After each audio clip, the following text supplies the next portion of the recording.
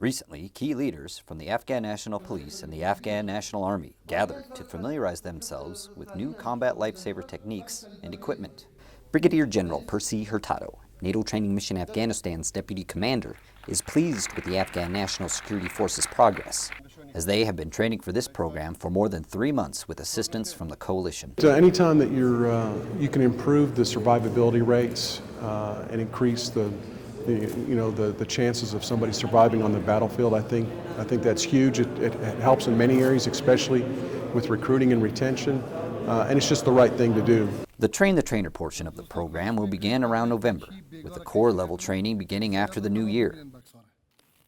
Colonel Mark Holland, NTM-A Command Surgeon, says there are 2 key elements highlighting the success of the day's events. One is that you saw the ANA and the ANP coming together to establish one program for the combat lifesaver for the entire ANSF. I think that's very important that you see them working together, both the MOD and the MOI. And second, it was an opportunity not only for the medics to display this program, but to really talk about it to senior leadership within the ANA and ANP, so they have buy-in and the importance of the CLS program. This allows an increased quantity of non-medical personnel to be trained in life-saving opportunities to help the wounded in action at the point of injury, which is very crucial. The advisory team for the Armed Forces Academy of Medical Sciences worked with the ANSF partners to develop a CLS program of instructors and curriculum.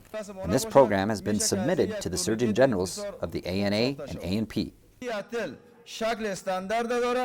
Colonel Steve Plourde, advisory team leader for the Academy of Medical Science, says it is crucial that non-medical leaders are on board with the sustainment of the program. At the end of the day, we could put together a very sophisticated medical treatment system, but today underlines the fact that every single level of the medical system spectrum has to be equally robust. Emphasizing this to the remainder of the ANSF, the non-medical ANSF leadership, to commit to allowing time and resources to be devoted in training their soldiers. We saw a need collectively with the ANSF forces to provide a little bit more, mostly on that non-medic personnel side, to assist with this very important point of injury care.